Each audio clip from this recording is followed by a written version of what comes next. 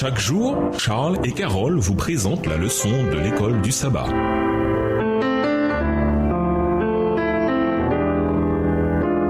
Bienvenue dans votre émission. Dieu nous parle. Nous voilà à la leçon de lundi. Préparation. Joseph a pardonné à ses frères. Nous ne savons pas exactement quand, mais il avait manifestement décidé de leur accorder son pardon, bien avant leur retrouvaille. Joseph n'aurait probablement jamais pu mener la vie qui était à présent la sienne en Égypte s'il ne leur avait pas pardonné ce qu'ils lui avaient fait, car la colère et l'amertume l'auraient rongé, nuisant alors ses relations avec le Seigneur. Plusieurs études auprès de personnes qui survivent au drame du fait d'autres personnes mettent en évidence le fait que, pour les victimes des souffrances les plus horribles, le pardon est un facteur essentiel leur permettant de trouver la guérison et de reprendre leur vie en main. Sans pardon, nous restons des victimes. Le pardon a plus à voir avec nous-mêmes qu'avec ceux qui nous font du tort. Même si Joseph a pardonné à ses frères, il n'était pour autant pas prêt à reprendre les relations familiales là où il les avait laissées, c'est-à-dire à la fosse de Dothan. Il devait voir si ses frères avaient changé. Qu'est-ce que Joseph a entendu? Lisons Genèse 42, les versets 21 à 24. Genèse 42, les versets 21 à 24. Ils se dirent alors l'un à l'autre: Oui, nous avons été coupables envers notre frère, car nous avons vu l'angoisse de son âme quand il nous demandait grâce, et nous ne l'avons point écouté. C'est pour cela que cette affliction nous arrive. Ruben, prenant la parole, leur dit: Ne vous disais-je pas, ne commettez point un crime envers cet enfant? Mais vous n'avez point écouté. Et voici, son sang est redemandé. Ils ne savaient pas que Joseph comprenait, car il se servait avec eux d'un interprète. Il s'éloigna d'eux pour pleurer. Il revint et leur parla. Puis il prit parmi eux Siméon et le fit enchaîner sous leurs yeux. Joseph et ses frères ont communiqué par l'intermédiaire d'un interprète. Ses frères ne savaient donc pas qu'ils pouvaient les comprendre. Joseph a donc entendu leur confession. Ils avaient pensé que, pour s'être débarrassés de lui, ils n'auraient plus à parler de lui à leur père. Ils avaient cru ne plus avoir à supporter ses rêves ou le voir profiter du rôle de fils préféré. Mais, au lieu de trouver le repos, ils ont été torturés par une conscience coupable pendant des années. En raison de ce qu'ils avaient fait, ils étaient troublés et redoutaient terriblement le châtiment de Dieu. Mais Joseph était infiniment triste de les voir souffrir. Il a pleuré pour eux. Joseph savait que la famine durerait encore plusieurs années. Aussi a-t-il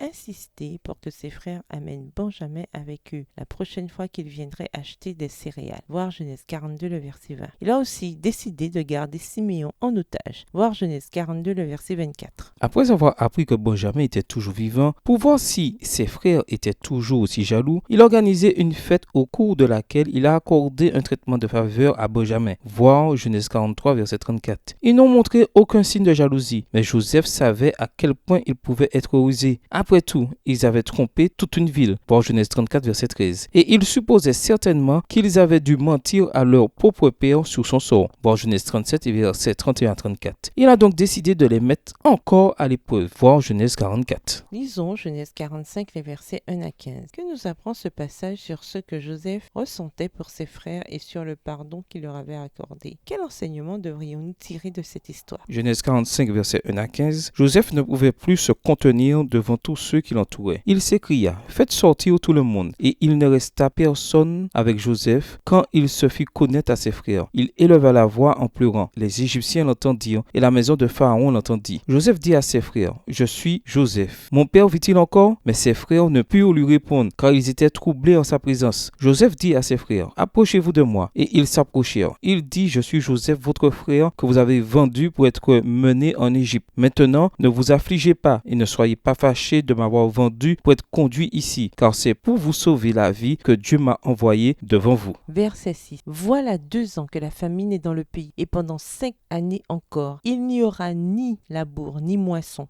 Dieu m'a envoyé devant vous pour vous faire subsister dans le pays et pour vous faire vivre par une grande délivrance. Ce n'est donc pas vous qui m'avez envoyé ici, mais c'est Dieu. Il m'a établi père de Pharaon, maître de toute sa maison et gouverneur de tout le pays d'Égypte. Hâtez-vous de remonter auprès de mon père et vous lui direz: Ainsi a parlé ton fils Joseph. Dieu m'a établi seigneur de tout l'Égypte. Descends vers moi, ne tarde pas. Tu habiteras dans le pays de Goshen et tu seras près de moi, toi, tes fils et les fils de tes fils, tes brebis et tes bœufs et tout ce qui est à toi. Verset 11. Là je te nourrirai, car il y aura encore 5 années de famine, et ainsi tu ne périras point, toi, ta maison et tout ce qui est à toi. Vous voyez de vos yeux, et mon frère Benjamin voit de ses yeux, que c'est moi-même qui vous parle. Racontez à mon père toute ma gloire en Égypte et tout ce que vous avez vu, et vous ferez descendre ici mon père au plus tôt. Il se jeta au cou de Benjamin, son frère, et pleura. Et Benjamin pleura sur son cou. Il embrassa aussi tous ses frères en pleurant, après quoi ses frères s'entretinrent avec lui. Au revoir. Et à demain, si Dieu veut.